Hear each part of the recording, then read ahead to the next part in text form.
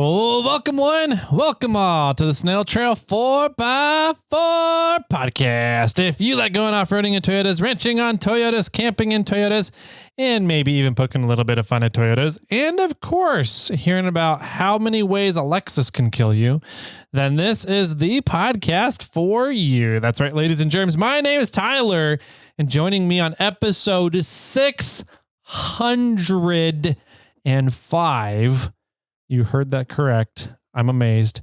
Joining us is the one and only Jimmy Jett. Once again, how are you, man? I'm good. Thanks for asking. How are you? Doing pretty good. I was listening to Wheeling Wine and Whiskey's episode, most recent episode about them down at the Esprit for Safety Clinic. And they did a shout out to how we had Alan.Johnson on 600 and they said we're up to like 603 or whatever it was when they did that recording. And then they were like, but they are releasing like 3 a week. Yeah. And I just want to point out that we are only numbering 2 of the 3. Yes, exactly. I was going to say, that number's a little different. Yeah. And so, we did a bunch of kind of bonus episodes that never got numbered either. Oh yeah. And same with them. I mean, they're on whatever 3 or 300 or I think they're on 300 and something. I don't remember what it was. Well, it should be about half of ours. Yeah, they're like 304 or whatever it is. But they have a lot that aren't numbered. They've the bonus episodes and stuff. But yeah, I don't. It would be maybe on next Thursdays. I want to say we're up to around 680 to 690, probably something like that. I have no idea. Yeah, we did the snail shop talks for a while. We did, there was a bunch of episodes that we did that we didn't number. Yeah. And now all the snail mail episodes. So anyways, we're way beyond 605. Amateurs. Yeah. Oh, man. Anyways, this is a Thursday episode. You're right. So we have some recapping to do from our week here. Before we get into that, though, we do have a monthly giveaway we're doing this month. And hopefully we can get our shit together here and relaunch the treasure hunt program game, whatever it's called. Because we're going to, I think, be launching it with Onyx Off-Road. So we have 2 Onyx Elite memberships to give away this month to 2 lucky wieners out there. And hopefully we'll be able to put together a bunch of lasered wood tokens. I did have in my email... somebody found one of the tokens on Fisher Mountain. Oh, yeah. Okay. So he was reporting that he found it, and then he stated that he left it where he found it. Oh, I was like, you don't know the point of the program then? Nope. So I was going to ask him, where did he find it? Which ones? I think I hid 3 up there. Oh, dang. On Fisher over the years. And I don't think any of them have been reported until now. But since he left it there, I don't think I need to mark down figure out which one it was. Which one it was that got taken. Nope, not at all. Yeah. Yeah, and I know there's a bunch out at Moab still. Supposedly, nobody's reported finding them or anything. So we'll... I think we put 2 on top of the world the first year we were there, and I meant to stop and see if I could find one of them, and I didn't. I just kept going. So and I think there's 2 on King Creek that I placed, and I don't even know. I know like general area where I hit it in a tree intent. Yeah. There's only a couple trees on King Creek. Yeah. So. But I have no idea where, like if I went back to try to find it, I don't know. Yeah. I don't think it'd be, I don't know if it's still there. I don't think it would, if that place floods or gets high water. So, yeah. And there's one place up by, what is that? The Falls, Bassy Falls up here. That has never been found. Okay. Yeah. So there's a few out there, and I know a few people have tried to find the one at Bassy Falls, and I know exactly where I hid that one. So I might need to go back and see if that one's still there. Yeah. You can take the family. Yeah. Yep. Absolutely. Cool. So, hopefully we'll get that up and running here shortly. It is on my to-do list to put in some work on it over the next couple of weeks and see if we can, streamline the laser design creation, because we serial number each puck. Yeah. And so to be able to go through and quickly change the serial numbers on it without taking a long time to do, just need to, I think, efficient size that process. Yeah. No, I don't think it'd be that hard. We can definitely figure that out. Let's see. What else do we got? So we have the 2 Onyx Elite memberships given away this month. We've got reviews, as always. Always doing briberies for reviews. Just got to go onto Apple Podcasts, leave us a review. It can be on any of your 15 accounts that you have available to leave reviews on. If you leave 15 reviews, you have 15 chances at winning the next giveaway drawing from reviews. And what are we doing on the next one, Jimmy? I get to talk about it. Sweet. For once we reach 750 reviews, we are giving away a set of tires from Yokohama Tire. Mm-hmm. Any tire you want, and it has to be DOT approved and less than a 20-inch rim, which pretty much is all of their off-road tires, which is exciting news. So you can rock the 37 MTs like I am on Bobcat, or you can have the 40 MTs like Tyler is over on Kermit. Or you could have the 37 XATs like MF Orion has on his... does he have a name for that thing? I don't think so. On the blue whale? Yeah, the blue, I don't know, iceberg. What should we name it? The blue. Well, he put that wrap on the hood. Oh, that's right. So the blue Ricky cougar. Bobby and the blue cougar. Oh, jeez. Yeah, I was just say we could just call it Ricky Bobby. Yeah, I like blue cougar but better. That's already taken. Yeah, so I like blue cougar. Yeah, blue cougar it is. We named your rig, Ryan. Yep. So, there's a whole bunch of tire options out there, and you can win a set of tires for yourself as long as you put your name and review down on the Apple Podcast. Yep. Let's see. Anything else? What else do we got? I think that's it for the most part. We're lining up stuff for next month, and we've got a few fun interviews in the works. Yep. That'll be pretty cool. And yeah, that's it. Cool. Awesome. Well, then let's take a quick break. We'll hear about Onyx Off-Road, some of what Jimmy and I like about it, and then we'll be right on back to catch you guys up to all the festivities that Jimmy and I have been up to. So grab your favorite drink, and we'll see you in a couple seconds. Are you stuck inside? Are you not sure where you want to go to explore? Well, open the Onyx Off-Road app. It shows you all the trails around you, and it tells you their difficulty. Now you can quickly search out your next adventure or plan your next trip. Download Onyx Off-Road from the App Store. Onyx Off-Road, built for the adventurer.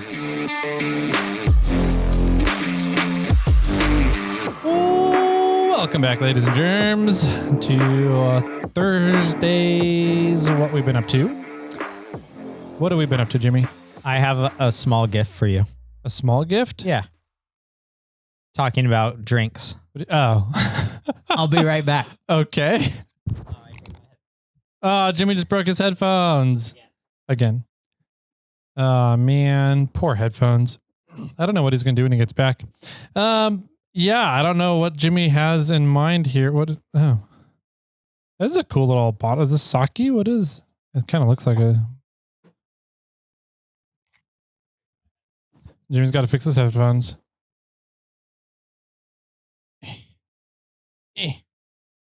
Open sesame. I can't open these one-handed. Jimmy can't put his headphones on two-handed. All right. This is scintillating podcast material. Right. This is a home brew that a listener gave us. Oh, no way. Yep. That's cool. And I opened it one-handed. I'm a pussy then. Can you smell it? I can. It has a scent. I don't know exactly what the scent is. I have a feeling it's some sort of cider. Okay. You want me to tell you? Or you're gonna taste it first. Taste it. All right.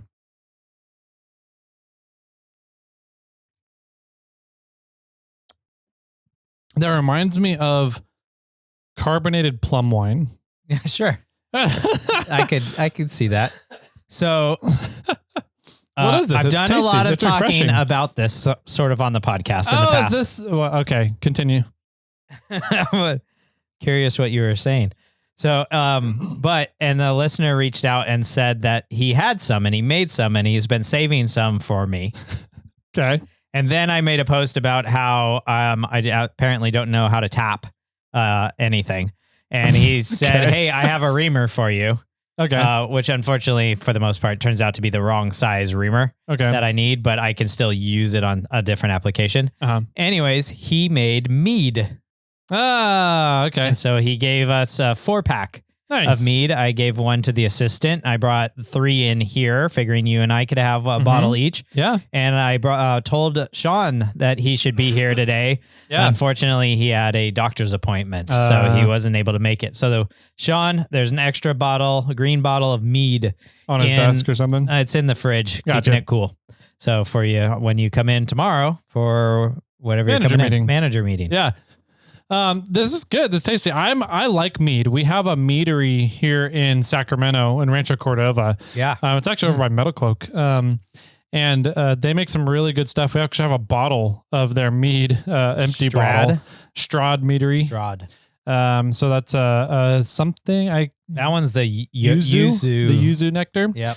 But that was tasty. And I've been wanting to put a 2.5 gallon keg in my kegerator in the bar in my mead. And every time I go into Strad Meadery to try and get a keg, they never have any available. Bummer. So I've given up. This is good though. This is good. Yeah. It's a drier side than I expected. Mead is always pretty sweet. It's honey, so I figure it's sweet, and this has sweet notes to it, but it's definitely on the drier side of mead. Yeah. Me. So it's different. It's not what I expected. Yeah. Expected something much more sweet, but I like it. I like this almost more than mead. Like I love mead, but mead is almost too sweet. You can't have like a bottle like this of mead, in my opinion. You'd have like a little dessert wine. Exactly. It's like a dessert wine kind of thing. And this is like, you could just sip on this all day long. It's great. I will. I know, right? Yeah. So thanks, John. Yeah, that's cool. John also was the gentleman that donated the axle for the RTF. Oh, nice. Yeah. Okay. From his Jeep. Was it a 35, 30? I think it was a Dana. I think it was a 35. Dana 35. Yeah, I remember he got a 44 or something. Yeah. So he upgraded axles on his Jeep, and he donated that gave it to you, and I think either you have or will give that to RTF so they could use it for parts. Yep, got it over to RTF. Yep, perfect. And then I went over to his house because it's actually not far from where I dropped the assistant or the mini assistant off at school. Oh, nice. Yeah, it's just a small world. That's cool. Yep. So thanks, John, for the drink. Yeah. Cheers to you. Cheers. Super tasty. That was the first thing on my list to talk about because I figured we could sip on this while we talk. I like it. Yeah. Why didn't you bring this up in the intro? I was just about to, and then you're like, and with that, my friends, I was like, wait, I have a drink. Well, everybody go get your drink. I have a drink. Yeah. Oh, that's great. So nice. This is tasty. This is great. Thanks, John. Yeah. All right. So I got, I've been dealing with the reamers problems for my steering knuckles. Okay. And John gave me a 7-degree reamer, which is the GM reamer. Okay. And I'm going to stick with the Toyota ball joints. Okay. Essentially the FJ80 ball joints? Yeah, the FJ80 ball joints. And they're a 6-degree reamer. Gotcha. Okay. And it's like, oh man, is that really a big difference? But it probably is a big difference when you're talking about strength and how much penetrations happening on the shaft of the ball joint. And so it's like, I just wanted to be precise. So I ended up purchasing a 6-degree reamer. Okay. Hustle Nuts' neighbor is a machinist. Yep. And he's going to drill out the steering arms perfectly for me. Okay. To a 7/8. And then we're going to put a piece of pipe inside my steering arms. And then he's going to get the reamer and he's going to ream it out to the proper depth for me. So super cool. Glad I don't have to necessarily concern myself with everything being straight or perfect or whatever, but Hustle Nuts' neighbor is going to take care of all that for me. So that's really rad. Yeah. And so yeah, both arms need to be drilled out and tapped or reamed or at that 6-degree backwards from what it normally is. So that's the problem because normally we put the ball joint in from the top. Yep. Well, the 4-wheel underground kit is designed to have it go in from the underside. Gotcha. Yeah. So that was that one is one of the things that was holding us up. Minus the fact that I needed to drill and tap all the steering components. Yeah. I went and picked up panels from Hot Metal Fab the other day, and I meant to take over the correct tubing to them so that I could use their vertical bandsaw, but I completely forgot. So I'll have to do that on Wednesday or Thursday this week and just get that going. Okay. I need to get all that moving. Like, I didn't work on Samantha this week and it felt really wrong. Oh no. Yeah. It just, I don't know. It bothered me mentally. Yeah. Like I need to continue to move forward and I just didn't have the time for it. Last week I talked about how I went and picked up a bunch of wood for our garden fence and I vented on that a little bit, but so I've been trying to build the garden fence a little bit, and I did a lot of work on Saturday about the garden fence, and it just took a really long time. There's just like a lot of little steps, and I'm finally getting into like a pattern and being able to get stuff done fairly quickly, but I still have to paint. So we decided to paint all the hog wire black. Okay. Which looks really good. And I probably just should have taken it to read, but it looks really good. But it's just really time consuming to paint like hog wire. Yeah. It's like I was trying to roll it and it was just, it was taking a long time. And there was a lot of paint excess paint that rolls to the other side and makes bulges. Yep. Like paint drips.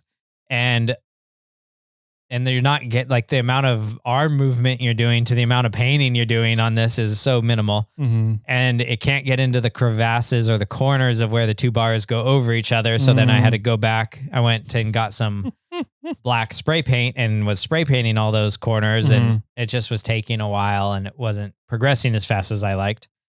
So then I tried I have a sprayer and I tried that on a panel. I was like, okay, that worked, but it took a long time. Still took a long time. I'm like, but if I stacked all the panels on top of each other, I wouldn't be wasting as much paint. So I did that. And I shot more or less one side of all the panels. Okay. Two sides of two panels. And then I ran out of paint. Just because the way I shot one panel, I rolled one panel. And then I shot one side of the second panel and then I flipped that one over and then I stacked all the other panels on top of it. And then I sprayed all the panels at once. So I have 2 panels done and like 5 more that have another side to be painted. And that took me, because I was trying things, right? But it took me a really long time because I was like, well, this isn't working very well. What if I did this? And this isn't like, what about a foam brush? Or what about this? You know? And so I was like, walking around trying to figure out what would be the best method to get this done. And I don't know what it is. I still have no idea. I don't, I'm in like, my college mates have like we're on Signal and we have a little group message thing that, where we talk about like things we do around the house. We call it the graveyard shift. Like the Secretary of Defense? Yeah, exactly. Okay. Yeah. Cool. Just throw that out there. Yeah. Thanks. Anyway, so all of them said put like a tarp or something on the ground so that the back spray helps you. And I'm like, it probably would, but I don't know how much it helps me. So anyways, if anybody has any ideas on good ways to paint a hog wire fence, I'm all ears because I still have 5 more to paint. I have 2 panels done. I cut those panels in half to make one section of a fence. And So I've cut now one of them in half and I've made 2 sections and I have 1 more panel that I can cut in half to make 2 more sections. And I need to make 4, 8, 9, 10, 11, 12, 13, 14 total sections for this fence. If it were me, I would think you would need to find some sort of tote big enough to put a panel in. And then dip the fence in the paint. Yeah. But that's like, how big of a tote do you need to find to make that work? Yeah, I don't know. Yeah, and then it would drip dry and then we'd have it wouldn't be perfect or whatever. I'm not too concerned about it. But even then, you paint it and now you're handling it and then you are putting wood against it and scratching it and it's just, you're going to have to repaint it anyway. Yeah. So that's been a pain, and that was pretty much my entire Saturday was building one section of fence and painting the rest of it. Yeah. And then on Sunday, I was working with my sister-in-law who got a brand new Tundra, a 2025 Toyota Tundra. Yeah. And I put a bed rack system on it from TRUKD. And she chose this bed rack system because she wanted it to work with her tonneau cover. Okay. And I was like, cool, yeah, I can do it. That's not a problem. I can help you out. And she's like, there's a few spots that need to get drilled. Like, do you think you can handle that? I was like, yeah, I can. No problem. Uh-huh. And big shout out to TRUKD, TRUKD. Okay. They make a fantastic product. Nice. And I don't know if their customer service is as wonderful for everybody as it was for me, because I was sort of shooting a video. They knew I was going to shoot a video. And this has never been done before, at least in the video side of things. So I don't know if they were being overly courteous to me because I was trying to create content for them, or if this is really their customer service. But I was talking to a guy who was actually working a booth at Overland Expo West, and he was getting on the phone and responding to questions I had while at the booth on Sunday. Yeah. While he was working the booth. Yeah. And I was like, damn, dude. I was like, one, you're working on a Sunday and, and answering customer service questions. And two, you're working a booth and answering customer service questions. So kudos to, I think it was Jeff. Kudos to you, Jeff. Or Greg. Shoot. I don't know. It was one of you. Bakken? No, it wasn't Bakken. So anyways, when I put it on there and I started setting it all up and I had like things sort of organized, I'm like, no way. This is not going to work. Really? Like the tolerances, like where the rail needs to go for the tonneau cover is right where the bracket is that holds the whole rack up. Oh. I'm like, there's no way this is going to work. And I'm like sending them pictures of like the tolerances. I'm like, this is like your chunk of metal is 3/16 thick. This rail is like maybe 1/8 thick. And there's like a 32nd of room to fit in there. And they pretty much were like, it'll work.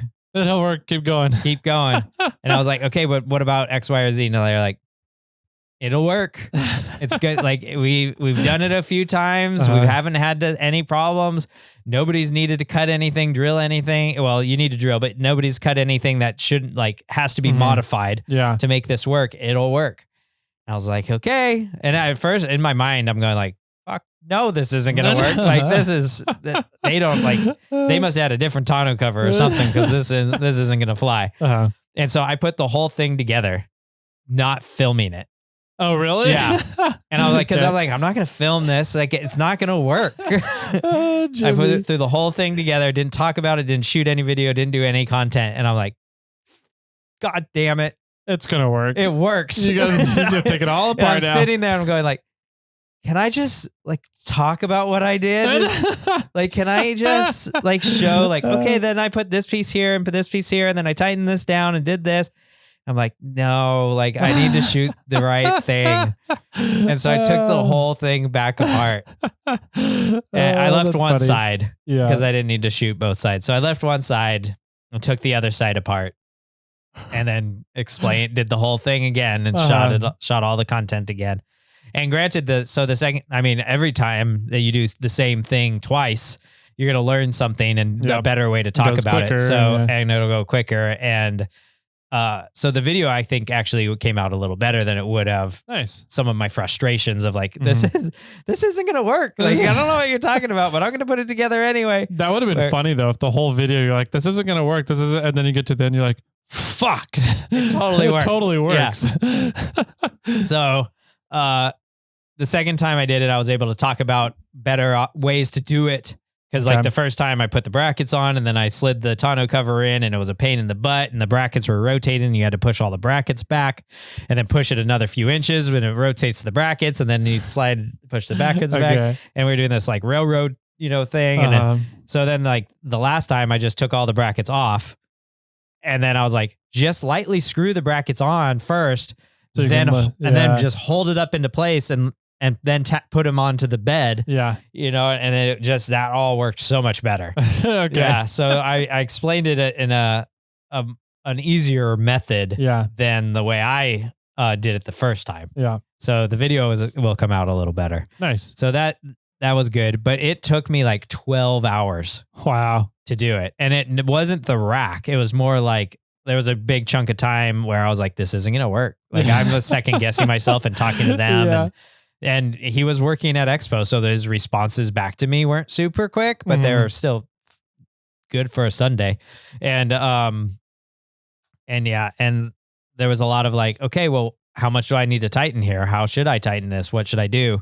So then once the second time came around, I was like, okay, zip, zap, zoom, done. Like it was easy. Nice. So, I mean, I think if you just trusted it and it would be a lot less than 12 hours. Plus shooting content's always longer. Yeah. There's always moving the camera, doing one thing, doing another. How do I show tightening this bolt the best? Where do I need to position the camera? Did I say that right? How many tries did I do this one with? And so once we got the rack on, the tonneau cover on, the last little hurdle, which is always a pain in the butt with any tonneau cover you install, is getting it parallel and having it be a rectangle, not a parallelogram. Yeah. Okay. And because if it's a parallelogram and the part at the back of the bed closest to the cab is ever so slightly tweaked, the whole thing jams. The whole thing jams, or it won't. In this case, it's a folding tonneau cover. Okay, yeah. So at one point, it just won't lie down flat. Yeah. Like one side will go down, but the other side's high. Yep. And so there was a lot of like, okay, I need to push this section back, or I need to tighten this section a little more, or I need to loosen that side and let it adjust. And we undid the top bolts of the brackets once or twice to kind of relax the brackets. And so they weren't pushing. And so there was just a lot of little finessing to make it exactly right, or be easy to use, and not like this one section never goes down right and you have to hit it with your hand, right? We wanted it to be correct. But and that's an issue with tonneau covers in general. You just have to have them square to each other. But yeah, so that took me almost all day Sunday. I think I started at like 9 a.m. I went and picked the truck up, and it was almost 9 p.m. when the assistant called me and said, hey, grandma and grandpa are here, and you should be paying it, come over and spend some time with them. And I'm like, I finished. I just need to shoot the closing section, and I'm going to be there.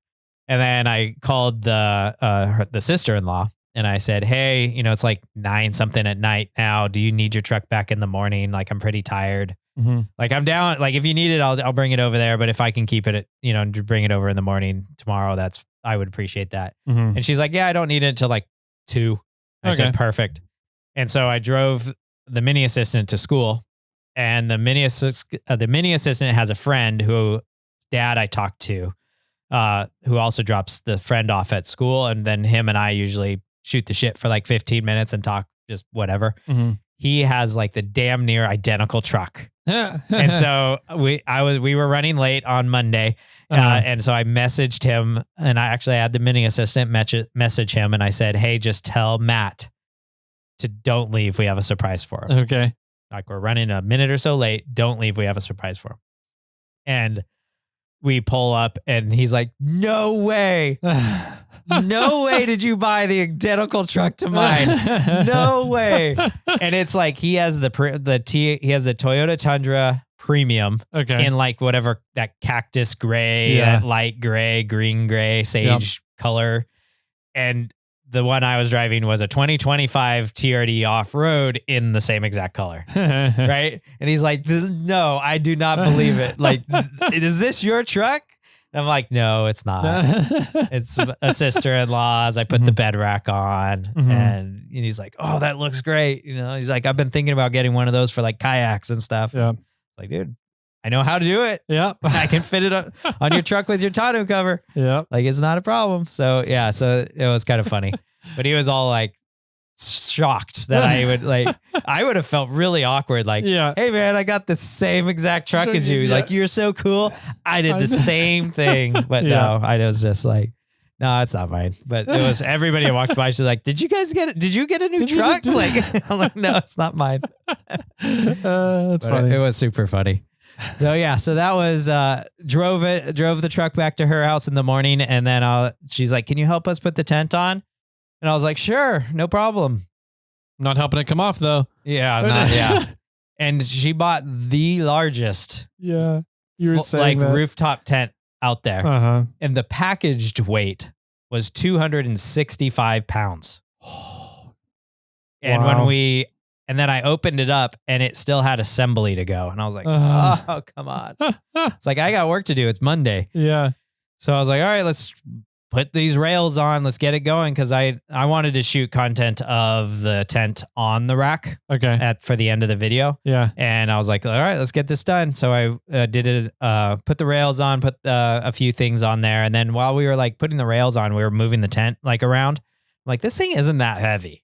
Oh. Like it's heavy, but it's not 265 pounds. pounds. Not 265 pounds. Okay. And so the husband was there and I was like, can you lift this? And he is kind of like, I don't know. Like it's supposed, like I moved it over here and it's super heavy and I just had to drag it. Mm-hmm. And I said, but the tent isn't like, it's not that heavy. Like, and then we took out a whole bunch of stuff out, right? Like she bought the annex and it comes with that like super heavy duty floor. Okay. And you know, it had the rain cover and that wasn't even on it, you know? And so all these things were off.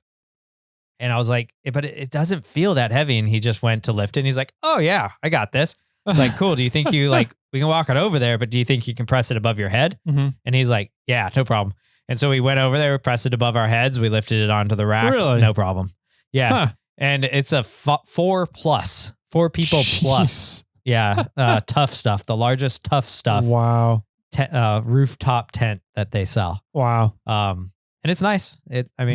It's twice the size of mine. Yeah. And has this awning thing and you climb up like on the inside, sort of like inwards of it. And I'm just like, okay. Like you wanted a rooftop tent for the entire family. There you got one. So, yep. And you bought a bed rack that can hold it. So it works out. But that, yeah. I mean, kudos to TRUKD. They made a really good product. Nice.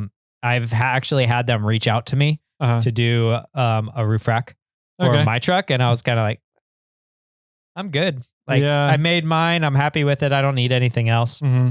Like I don't like, I'm happy you reached out. Thank you. But and you looks like you make a good product but I don't need it. And they're like, cool, thanks. No problem. And then my sister-in-law was doing her own research and found TRUKD. And then I kind of reached out to him. I was like, hey, my sister-in-law wants one of your tents or one of your racks. Like I'll shoot some content for you. And did you just spill? I did not. Oh, okay. Nothing spilled.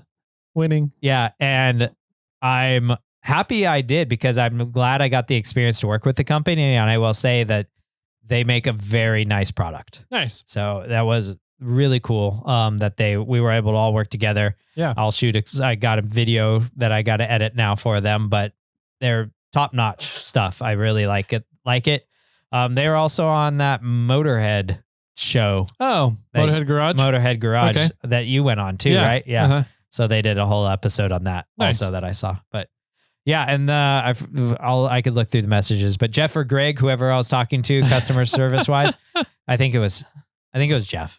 Okay, I'm pretty sure. Thank you. You did excellent customer service. So great job. Well, that's cool. Yeah, that was what I've been up to. I'm really the Memorial Day weekend coming up. Yeah. So we've got a fun interview for you guys on Monday. Mm-hmm. But that also means that I'm going camping with my family, more or less. We're going up to a cabin this year up in Donner Lake. Okay. And I'm also biting my tongue because I just want to stay home and work on Samantha. And I'm like, but we always go camping out with the family this time. This is like the one trip a year that the Black family goes out on a camping trip. So you guys need to find a white family. I know. And go on the black and white camping trip. We need to find some Black people that their last name White. Exactly. So that'd be hilarious. With them. Yeah. So my brother and his family are going. The three of us are going, and then my parents are going. My parents rented a cabin, and we're all going out by Donner Lake, hanging out, and we're all sharing dinners. Like, so we're cooking. We're making like burrito bowls one day. My parents are making tacos one day. I think my sister-in-law's making, or that my brother's family's making enchiladas. Yeah, I know, right? It's like Mexican. The house is going to smell bad. But it's like Ian Johnson said, it's all the same food. It's just packaged a little different. They're making like a pasta or something. I forgot what it was, but yeah, so it'll be fun. I mean, it'll be good to get out. It's good to have the kids together, fun to run around. It's fun to be with family, but yeah, I need to get more Samantha done. And I did receive my Radial Dynamics reservoir. It looks nice. It looks so nice. Yeah. I'm So nice. So nice. And so I need to get a filter and then I need to start ripping apart Bobcat. Mm-hmm. So that's the sort of the game plan too. I want to get Bobcat going so that I could actually go out and do some wheeling. And I need to get this fence done so that I can do all the projects. Yeah. We wanted to have a garden this year, but I think we're past that time. Okay. So I might talk to the assistant and be like, look, we either going to need to hire somebody so we can get this fence done in like a few days so that we can start planting a garden, or no garden. We wait till the fall and plant a fall garden, and I can just build one of these every once in a while. Mm-hmm. So we'll see how that goes. Gotcha. Well, cool. Yep. I had some work done on the 4Runner. Oh yeah? Yeah. So the transfer case has been leaking for a very long time. Mm-hmm. And so finally I've been talking and working with Dave Pfeiffer to get it all figured out. So I took it over and had him just pull the cases and reseal everything. Okay. He also kind of took a look at the internal components, the gears while he was in there. Oh, good. Made sure everything was good. And then he resealed, put everything back up. So it looks like it is no longer leaking, but I haven't driven it around a lot to see if the leak is still there, right? Yeah. So we did that, and then we also was it leaking from front and back case, or just front, or just back? It seemed like everywhere. And then we knew that the transmission shifter plate was bad, right? And we were pretty sure that one of the T-case shifter plates are bad as well. Oh, okay. So he got it all squared away, got it all put together, things all nice and clean under there. Then we also had him swap out the front springs on my coilovers. Yeah. So from whatever the first ones were, I forget what they were, to iBox springs. Right. I only remember the iBox springs. The shitty springs to the nice new iBox. Yep. There you go. And the nice new iBox are still binding. Really? And having a problem. Yeah. Oh no. So have you called Brian? I did. I asked him about it, and I forget what his answer. He said to try clocking them different ways. Yeah. And see if just the different pressure in the spring will alleviate that. Yeah, rotate it, release it. Yeah. And then I think I may just be looking at, there's sleeves you can buy to put over your shock bodies. Okay. So that the springs rub on the sleeves instead of your shock body. Yeah. And then you just replace the sleeves as those wear out. Sure. Interesting. Yeah. So I imagine that because it's bending, the spring is like sort of essing. Yeah, that's a good way to put body, it. The shock body. That there's just too much pressure in them, right? Like they're squeezed too much together. That's why it's like springs, I imagine, like can squeeze together, but then it's got like the tension's going to go one way or another, and that's what's happening. So, and I mean, we should ask Brian, and he's the pro at this, but what if you weren't, like, what if you went up a spring rate so you didn't have to press it together as much? I mean, would that change your ride quality? Probably. Yeah. You change your spring rate, so it changes quality. But I mean, you can tease out a little bit of spring rate through revalving. Sure. So, I don't know. Maybe I just need to have another conversation with Brian about spring rate and revalving or anything like that. I thought that I had that conversation before about spring rates with him.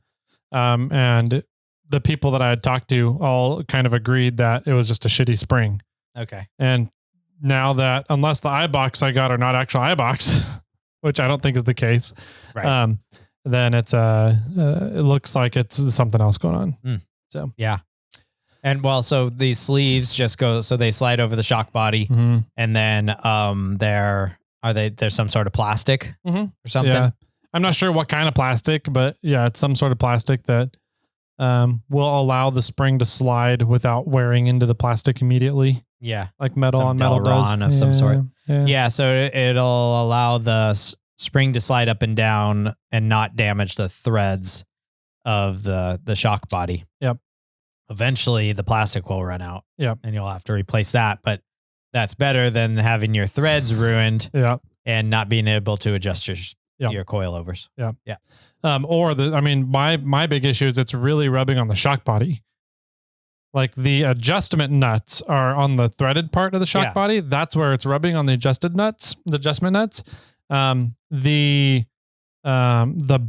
shock body itself, down at the lower end, is where it's rubbing on the other side, because the spring is S-ing. It does an S curve to it.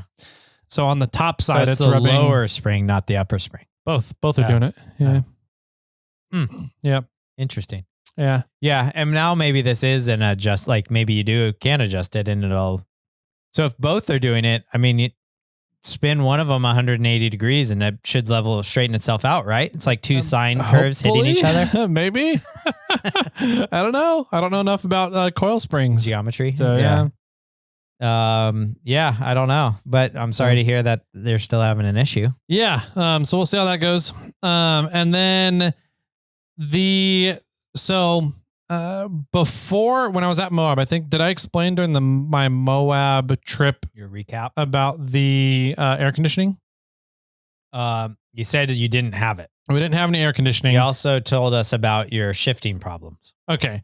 So the air conditioner, I thought I had a leak, and I think I talked about a power steering leak on the 4Runner for a while. You talked about that. It went away. Yep. You said that. And I still had power steering fluid. Yep. So I was like, okay, I don't think it's the power steering leak that's causing this leakage. And then I did not have air conditioning in Moab. Sure. So I was like, I think I blew a condenser line or an air conditioning line, something. Okay. There's an easy fix for that, just so you know. What is that? Just remove it all. No, you can't do it. So I took your horsepower. Yeah. I took it into a good place that does a lot of custom air conditioning system stuff, and had them look over it, and they're like, yeah, you got a big old hole in your condenser. How'd that happen? My winch components are rubbing on my condenser. Whoops. And put a hole in the condenser. So they said that I would have to get a new condenser. Okay. And they would just JB weld it? Nope, I guess not. Too big for JB weld? I guess. I don't know. So they're like, new condenser. We'd do an aftermarket condenser. And I was like, well, what if I can get an OEM condenser?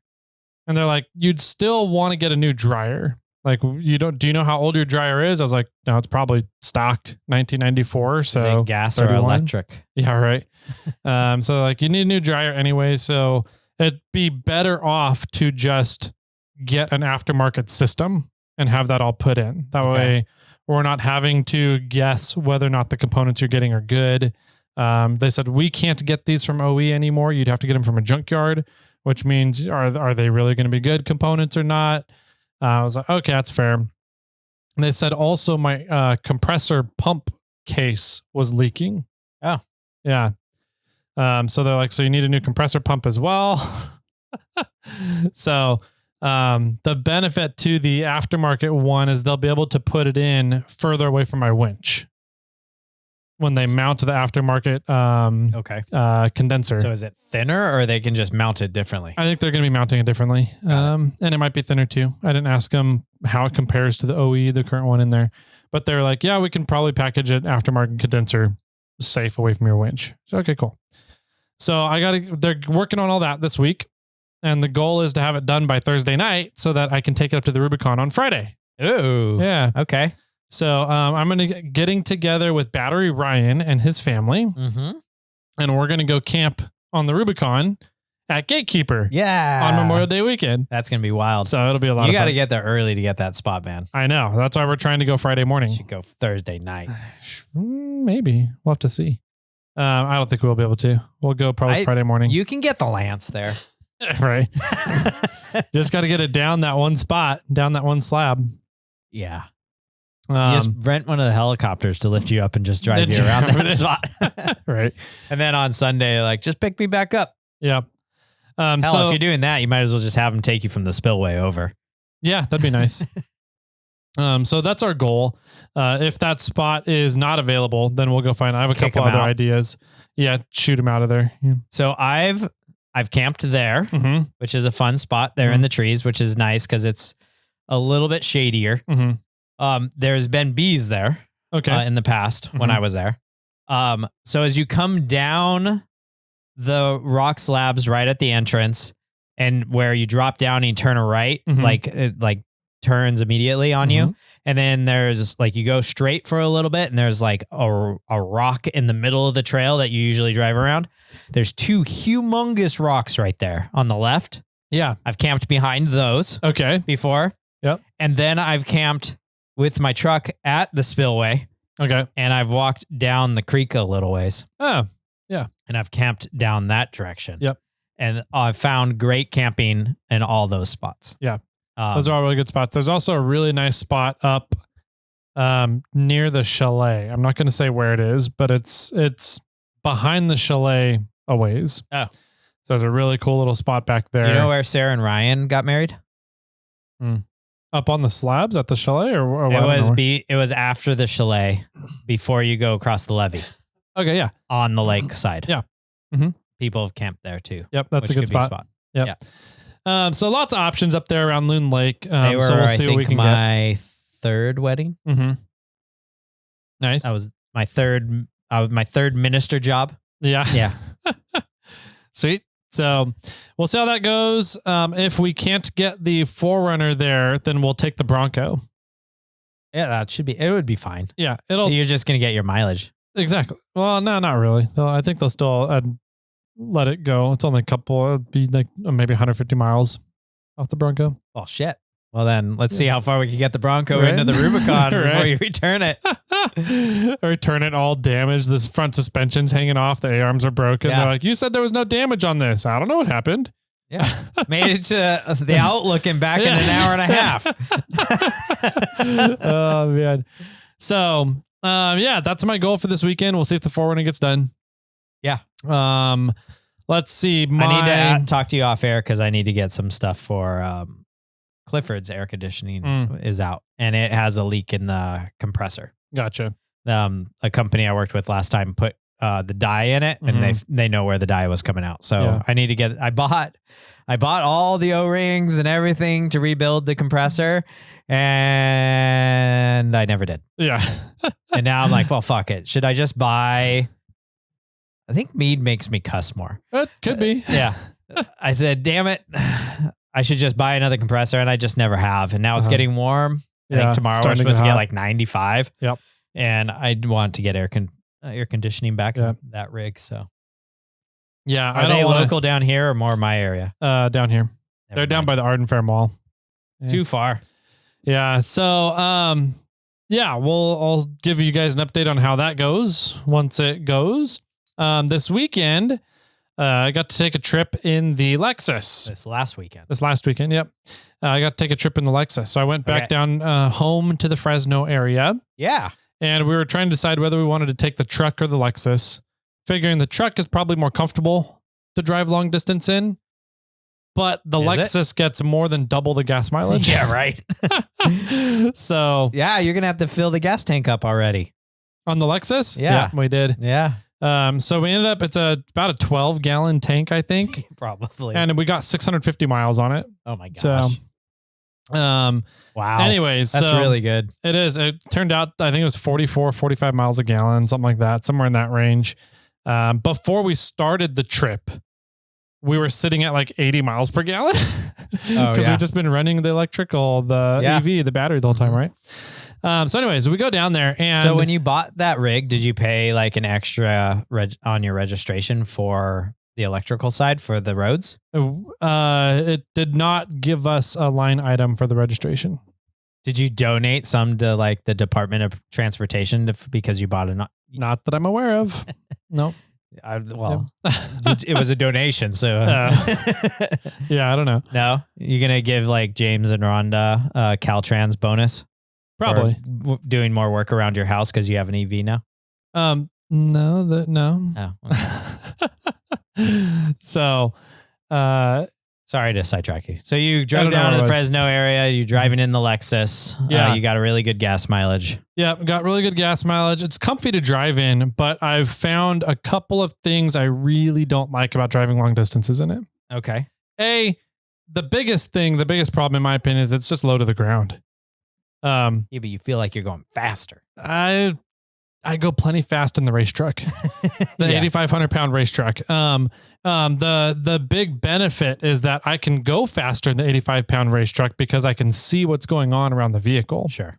There was a lot of times when I'm like, I feel like I should be trying to pass this person because they're in the left lane doing 70. But I can't see around them. I can't see them around them to see if there actually is somebody in front of them and they're just at the flow of traffic or... That Lexus doesn't have the cameras to be able to see like through them and in front of them? No, it doesn't. Oh, that's bullshit. Surprisingly, yeah. Next invention, Toyota. Yeah, Toyota needs to get on that one for sure. So anyways, there was a few times and I was like, I'm just getting frustrated back here. And then I'd kind of like start peeking around and then realize there's nobody in front of the person. Yeah, of course. And I've been behind them for 15 miles. I'm like, you fucking A. But the nice thing, that car gets up and goes. That Tundra got up and go. Yeah. Dude, that Tundra was a V6 twin turbo. Oh, okay, yeah. And it sounds good. Uh-huh. It has a rumble to it. And I was like, this is a V6. My truck, my Tacoma's a V6. Doesn't sound this good. No. I'm like, okay. But yeah, that big ass Tundra got up and go. And so, yeah, cool. Well, the P, is it a P2? So I did a little bit more research into the drivetrain of it, and it's really interesting the way the drivetrain works. The front axle has two quote unquote drive components to them, two drives. Okay. There's, a power can come from the engine, the gas motor, and power can be applied through an electric motor. The transaxle, the front transaxle, comes out of the transmission and into a dual power coupling. Interesting. That allows the transmission to drive the front axles or the electric motor that's in this same housing, this coupling, right? Okay. And so that's how you get the power there. The rear axle is only driven by an electric motor. Gotcha. So the rear axle they have it programmed so it can match the speed of whatever the front axle is doing. Right. And because it's a plug-in hybrid, it's always running on electrical because it's an all-wheel drive. But if you run out of batteries, then your generator engine starts up and you're running the batteries, running the car. It pretty much never drops below like 20-25% battery. Yeah. So that I'm guessing that it can always run the motors while the engine's running, right? Yeah. Yep. Or always at least run the rear motor, if anything. But I did notice a lot of the times along the trip, it was only running the front axle because it has a nice little heads up display that will allow you. So if you're just cruising, why does it matter? Exactly. Right. Yeah. So it's pretty interesting. Watching Dodge, the shit. Am I making a Dodge reference? Whoa. Those like Dodge. What was it? You have been drinking too much. Durangos that would turn off half of the engine. Oh yeah. It was a V8 that would turn like we're at cruising speed. Let's shut down 4 cylinders. Yep. Like genius. Yep. So similar concept with drive axles into this car. So I thought that was kind of fun and interesting to nerd out and figure out while I was diving into it. The lane assist on the Lexus, way better than the 350. Really? The Ford, yeah. The Ford likes to kind of wander within its lane. It knows where the boundaries of the lane are, but it still wanders. And I think that they have it set to do that because they want to feel your input on the steering wheel. So if they set the truck to kind of wander, if there's no input on the steering wheel, then they can know that you're not inputting the steering wheel and it'll yell at you. Sure. Whereas the Toyota, the Lexus just stays dead center of the lanes. It doesn't wander, doesn't do anything. Do you think that's because they have smaller lanes in Japan? That's 100% the case. Yeah. Yeah. Nailed it. Yeah.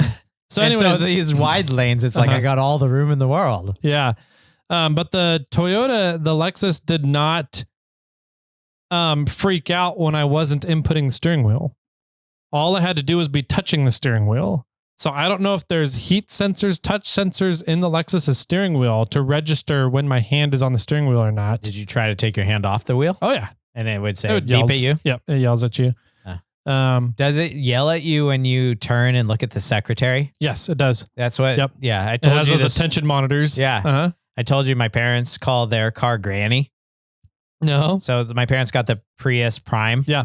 And they named it Granny because it's always yelling at them. Oh, that's funny. And like, you're not paying attention. Yep. You're merging into a lane. You're not doing what you're supposed to. Yep. Did you forget to turn your blinker on? Like, let me turn the headlights on for you, whatever it is. You know, they're like, okay, thanks, Granny. Yeah.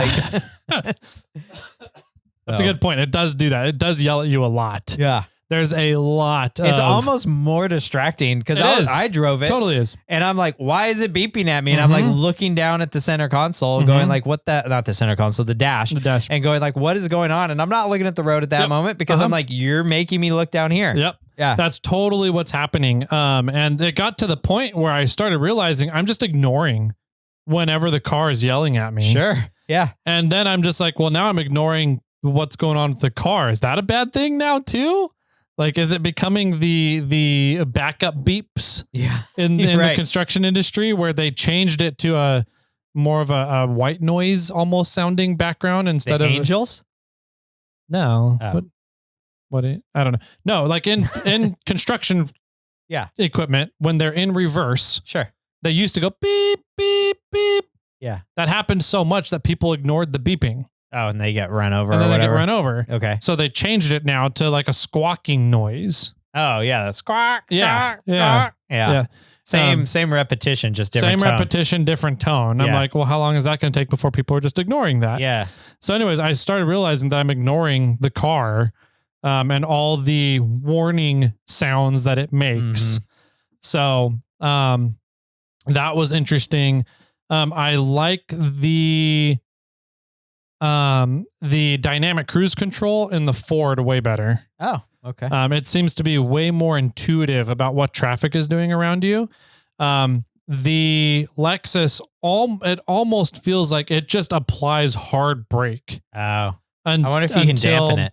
I don't know. I was trying to find settings for that and I just couldn't find them. Yeah, because it was beeping at you, telling you to pay attention to the road. So anyways, it just like if a car cuts in front of you, the Lexus will slam on its brakes until it's beyond the follow distance that you set. Whereas the Ford car gets in front of you, it'll apply the brakes really quick until it realizes that it will be matching the car's speed. And then it kind of cruises a little bit until it gets back to the follow distance. Okay. Whereas the Lexus, it's like, no, hard brake on until you're at the follow distance. Yeah, I'm like, this is fucking annoying. Yeah. So that was one issue. Another issue, the car almost killed us. I heard. I want to hear the story. So we're on a 3-lane highway. Yes. So we're in the number 3 lane, far left.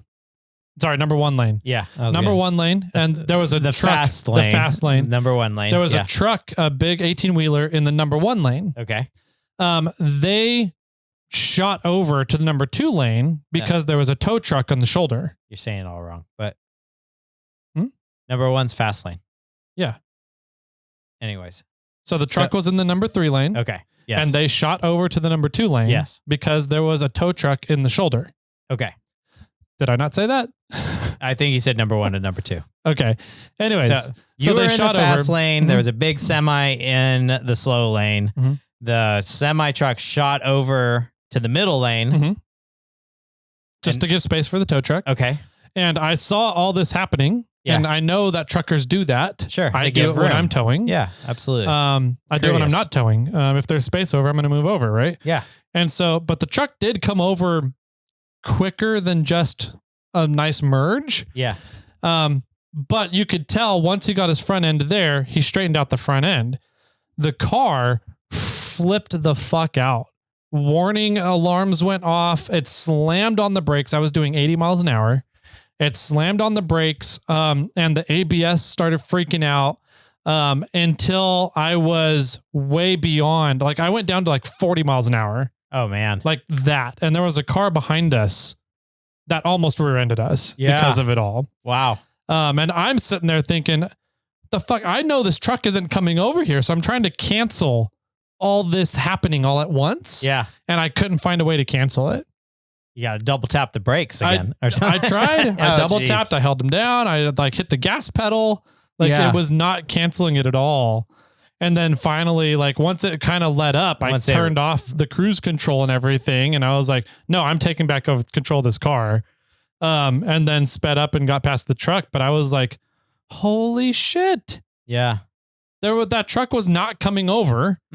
I knew it wasn't coming over. I knew what it was doing, but the quote unquote, the safety systems in the car didn't think that was the case. They just saw something coming at you. They just saw something coming at me and didn't gauge when it stopped coming at me. That was kind of the big issue, was once the truck was no longer coming at us, it kept in this emergency maneuver. Yes. It kept going straight at that point. Yeah. Yeah. And your Lexus didn't realize that it had averted the collision point. Yeah. Yeah. But it still slammed on the brakes. And you almost got rear-ended because of that. Yep. So that I'm like, that I need to be able to shut off somehow.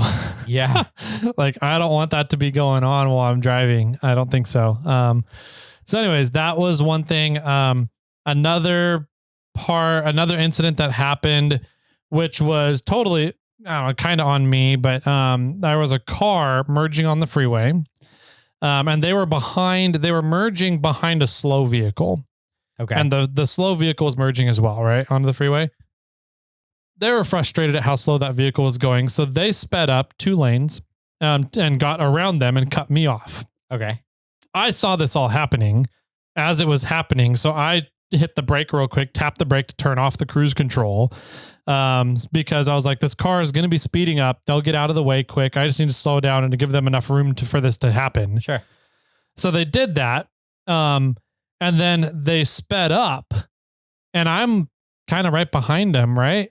And then all of a sudden they dip back into the far right lane and traffic is almost at a standstill. Oh shit.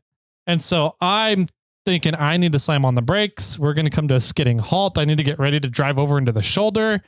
The brakes on the Lexus work really, really well. New brakes. Holy crap. That and with the electric motors doing the regenerative braking. Yeah. Like I hit the brakes and I was just like, I wasn't intending to like skid, but I'm like everything in the car flew forward. Yeah. The kid stayed asleep. I was amazed at that. Oh, I thought Ryu would have had his hands up in the air going, no.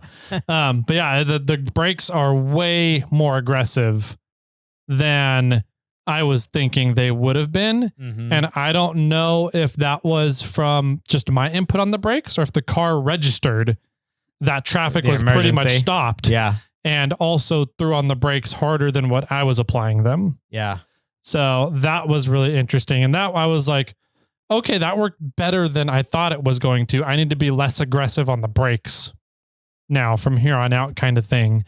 Whereas the truck's an 8,500 pound vehicle and I run with the engine brake on. Yeah. So the engine really helps to slow everything down.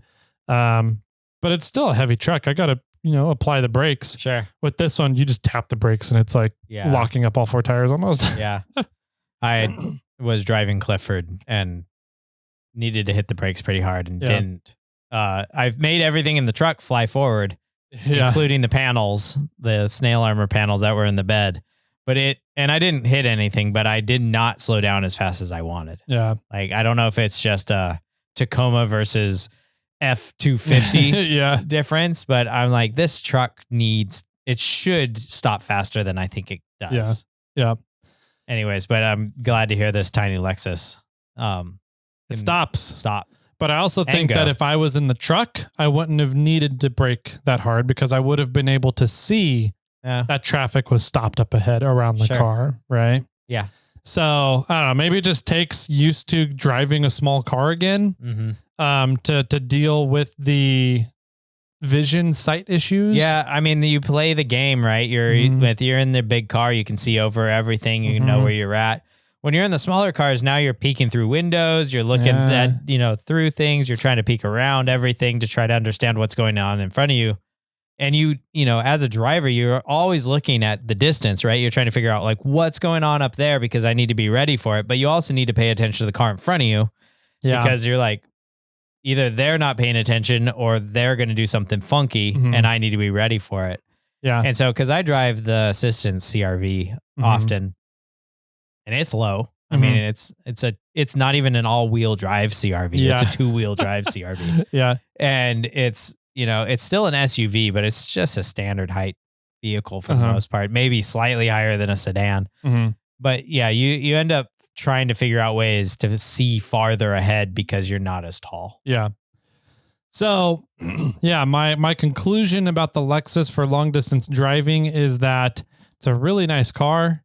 It has a lot of really cool technology and features in it, but I'm definitely less stressed and more comfortable when I drive the truck around. Interesting. Yeah. Okay.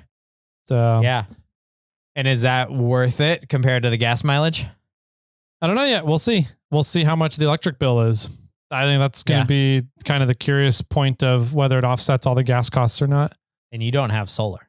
No, we don't have solar, but we are on SMUD. So we're not on PG&E. Yeah, lucky. So it's like 25-30% of PG&E costs. I know. Yeah.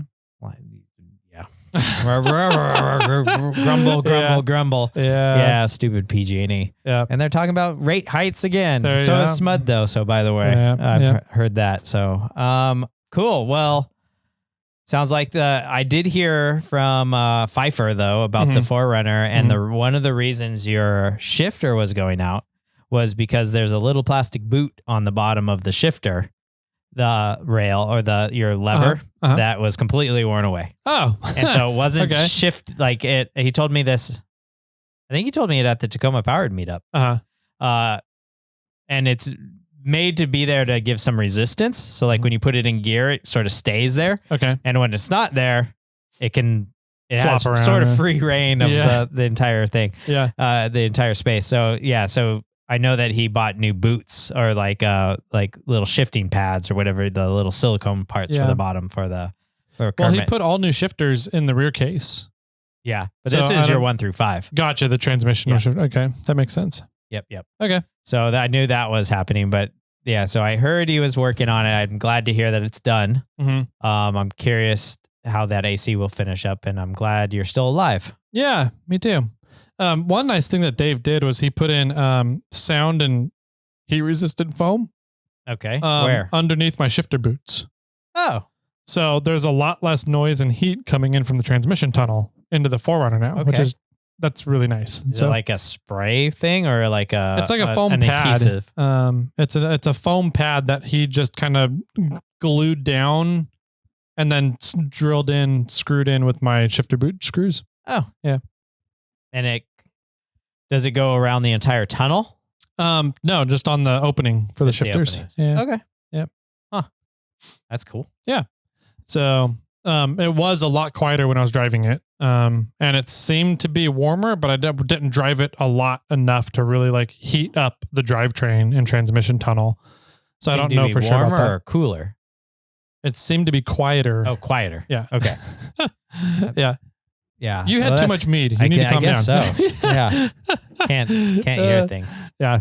So anyways, that's my updates. The Bronco is all set to be turned in. I believe supposedly tomorrow is when the dealer is going to get the paperwork. Okay. And then we have 2 weeks to turn it in from there. So we're waiting until after this weekend. To see if you need to use it or not. To see if we need to use it one more time to go ahead and turn it back in. Yeah. Yeah. Okay. Well, bye-bye Ford. Now you're down to one Ford like me. Yep. Which we both drove our Fords in today. Yeah, true. On this Toyota podcast. Yeah. Too funny. Well, that's all I got. So if you guys want to get a hold of us, you can always reach us on email. You can email us, Jimmy or Tyler at SnailTrail4x4.com. You can find us on Instagram. Tyler's over at 4x4 Toyota Tyler. I'm at SnailTrail4x4. And you can phone in and tell us how crazy we are and how Tyler should not be concerned with air conditioning and Jimmy should stop building a garden fence and strictly focus on Samantha at area code 916-345-4744. Perfect. And as I did announce earlier, and if you're still listening in this podcast, but I did announce earlier, I listened to the Wheeling Wine and Whiskey podcast, and they had a complaint line on their Oh, did they? on their podcast, and they told everybody to call in and say Toyota suck.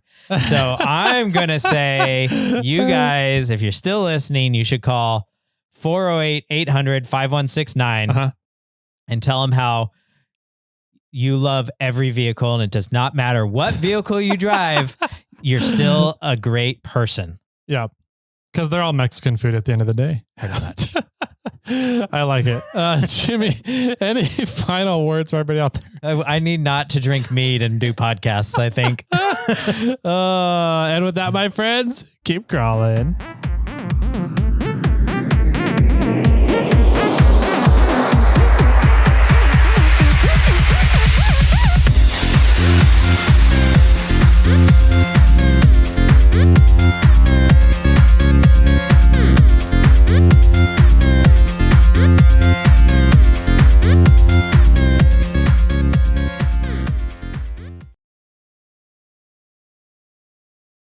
This one's a stretch. All right. All right. Why is history so a sweet subject? Why is history a sweet subject? I don't know why. Because it has a lot of dates. I don't know if dates are Dates sweet. are sweet. Really? Yeah. I mean, they're not My like, dates have never been sweet. Yeah, they're not like sugar, but I mean, but there's a date sugar. Oh, so dates are on the sweeter side, but gotcha. I'm thinking of like dates like that. I don't think it's sweet. You know what I mean? Yeah. It is sweet, but I don't think it's as sweet. Okay. Like if you said because it's full of Skittles, you know, I'd be like, yeah, that's sweet. But, but it doesn't make sense. Yeah. That's fair. Yeah.